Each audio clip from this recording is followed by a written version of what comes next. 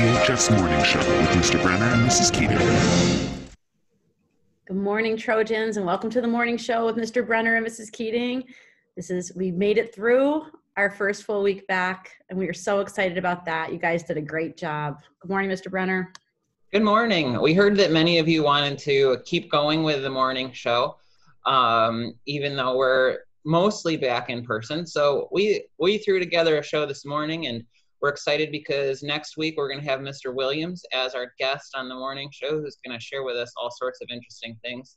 But we don't have any guests today, so you're going to just have to bear with the two of us. Happy Friday, December 11th, 2020. And if you would, please stop, stand, and join me for the pledge.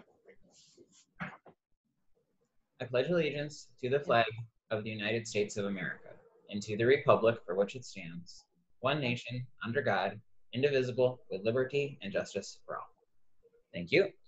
Now please join me in a moment of silent, wintry meditation.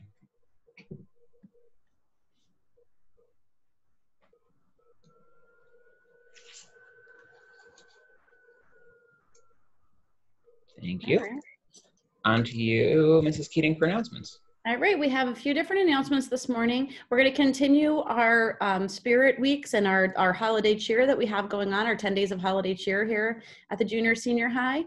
Monday, we're going to continue with flannel and plaid. I bet that one's going to be a popular one. Tuesday, candy cane. Wednesday, camouflage, I think another popular one. And then Thursday, pajama day. The Troy Environmental and Sustainability Club has begun the Trex Recycling Challenge. The club has collected 162 pounds of plastic from multiple local businesses.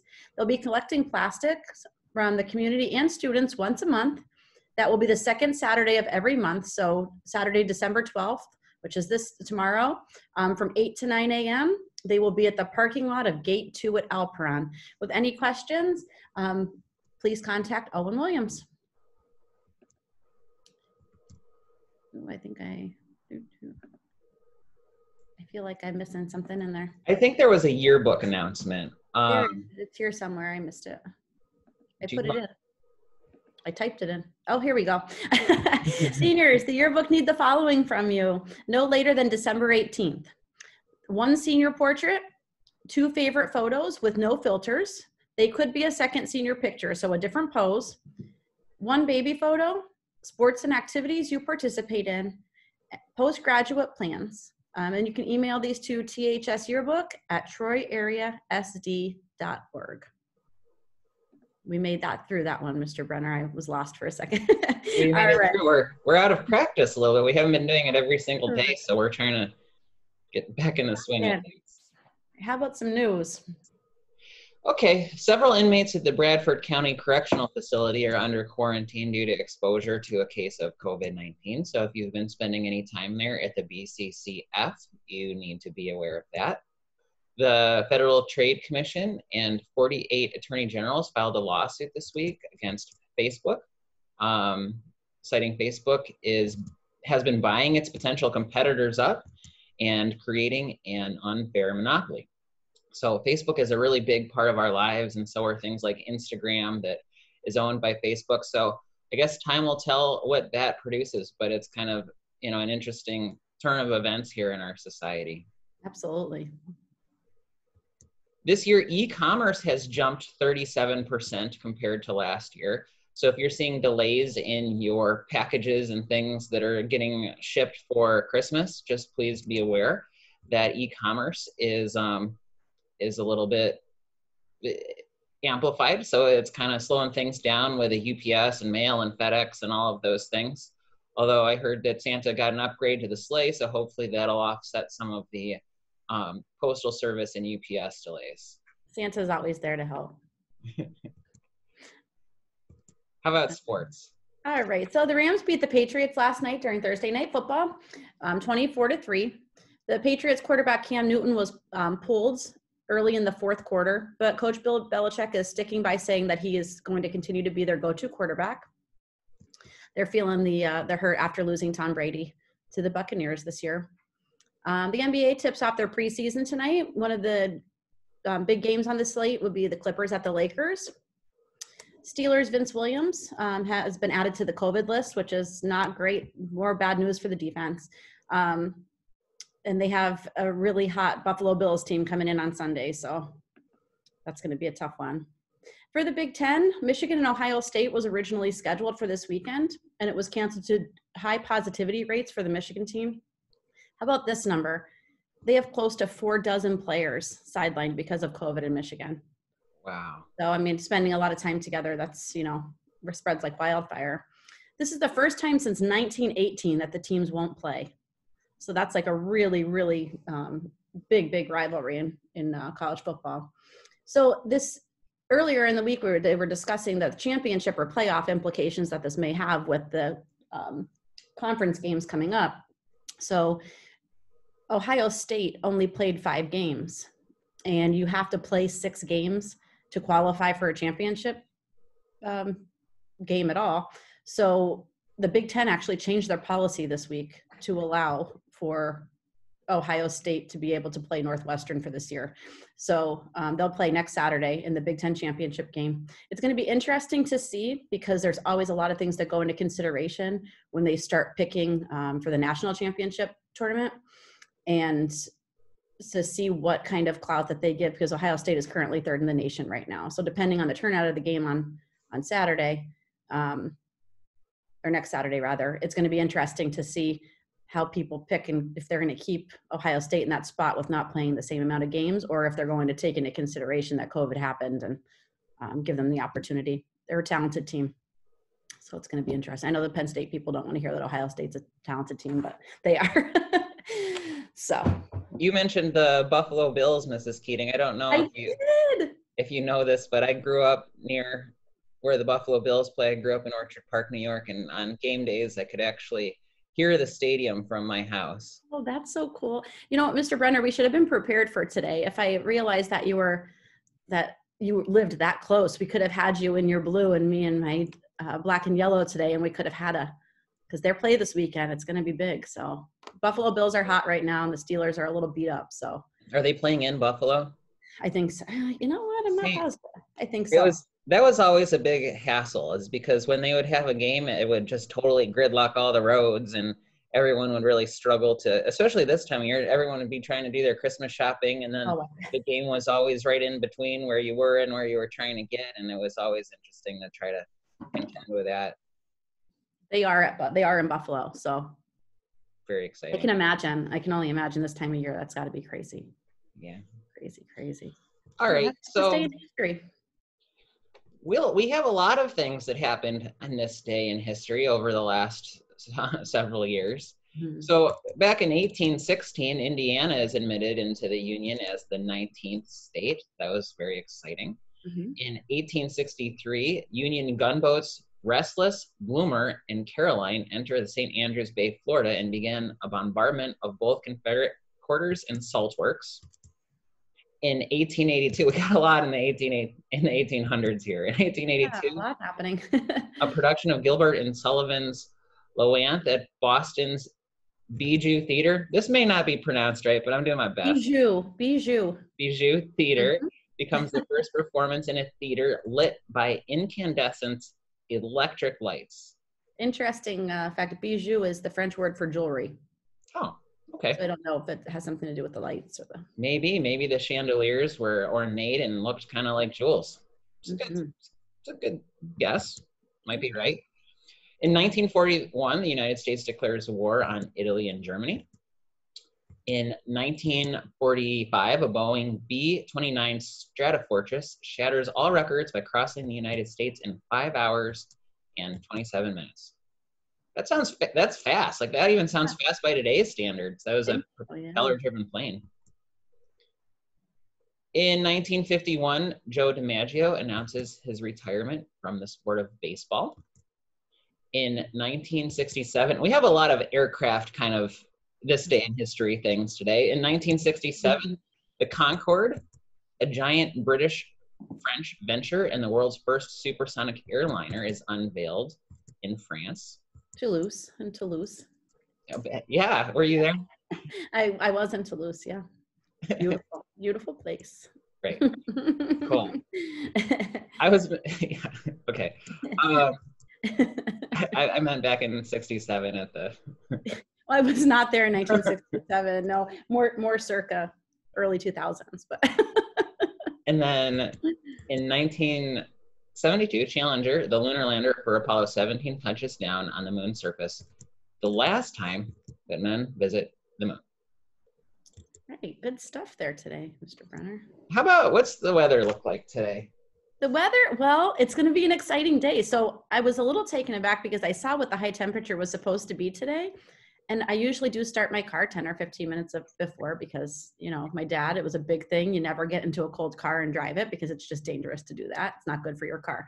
So today I didn't start my car super early, but I started to get myself ready to pack my car to go home this weekend.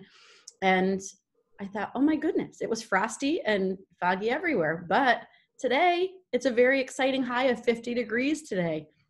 So this whole weekend is supposed to be 50 degrees. So for those of you who didn't get your Christmas lights on the house yet, this is your weekend to do it. 50 degrees today, Saturday and Sunday. So there's going to definitely be areas of fog and frost this morning, as we saw. And this will change to clouds and sunshine as the day progresses. So we'll take that big flaming ball in the sky anytime we can get it this time of year, for sure. But 50 degrees, it's going to feel like a nice spring summer day.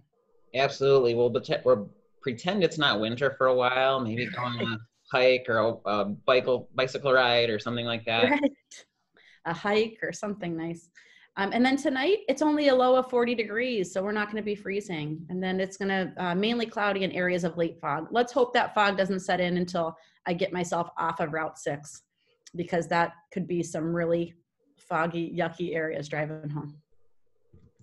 All right, so Mr. Brenner, the COVID-19 update. I did notice we had decently high numbers yesterday, but they were down a little bit today. I didn't know if that was a good thing, a trend, or what do you have for us?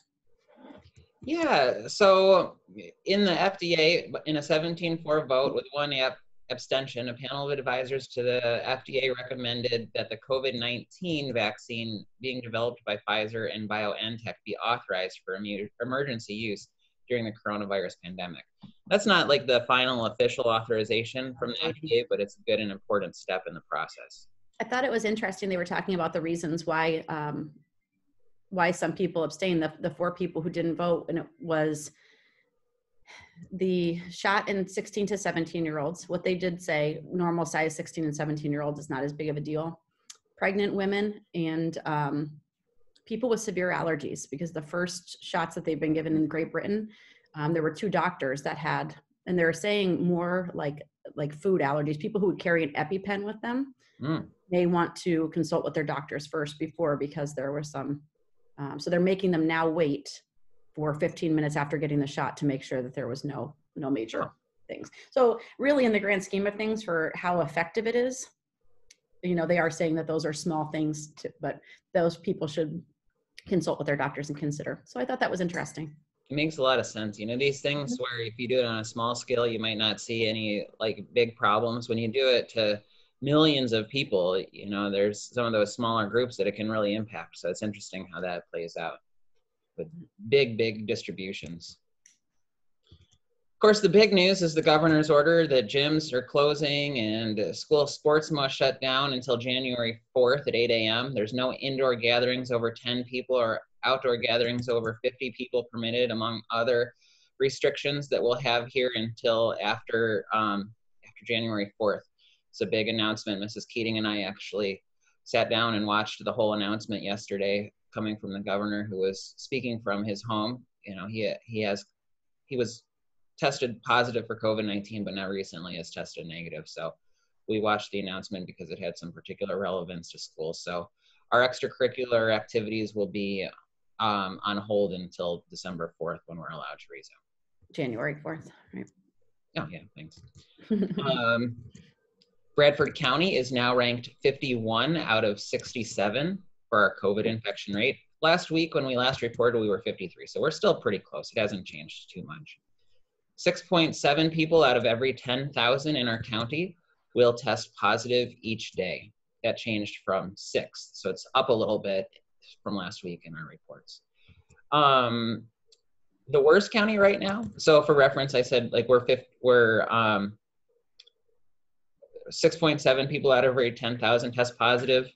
The worst county right now is Mifflin County, where 41 out of every 10,000 test positive. And the lowest county is Susquehanna, where 3.1 out of every 10,000 will test positive. So again, our rankings are not always the whole picture, and we figured that out a little bit last week. So I want to show you again where we stand as far as the charts are concerned. So here's what we looked at last week, and this is where we saw it. You know, we started back in March. We all remember that last school year. And then in September, we started to see a real spike here. We were hearing about things like the Bradford County Manor and weddings and stuff that people were attending. And then we got this big spike. So then you can see where we compare to Pennsylvania as a state. This was 1 week ago. And this is today. So we kind of have switched a little bit. So this is today. You can see Bradford County is lower and Pennsylvania is going up. I'm going to change back to last week just for comparison again. So here's last week. You can see where Bradford County is a little higher and Pennsylvania is lower, but we're pretty close. So right now it looks like Pennsylvania is continuing to shoot up. It may come out that Bradford County sort of predicts what the state is seeing. It'll be interesting in the next weeks to see if that's what happens, if the state's pretty much trailing what's happening in our county. They are saying now that the Thanksgiving numbers are beginning to hit, but not the highest of them yet. So the beginning of next week, it will be interesting to see. So those are the COVID numbers. And then we will move into the final aspects of the show, a little bit of a shorter show today just because we didn't have a special guest. Again, we're looking forward to next week with Mr. Williams when he will be our special guest. And we want to say have a great day. Any final words, Mrs. Keating, for Yes, students, don't forget that today is not a free day. We're working remotely from home. Make sure that we're getting caught up. That end of the semester is going to be here before we know it. So we want to see everybody being successful and doing great things. Have a wonderful weekend. Have a wonderful weekend. O Trojans, list to our joyous song in praise of the red and white, and honor your alma mater as long as you dare to be true and do right. The good times we've had as the days speed away will hold in memory dear. We'll honor our high school forever and day. For our dear THS we will cheer. Thanks, everyone. Have a great day.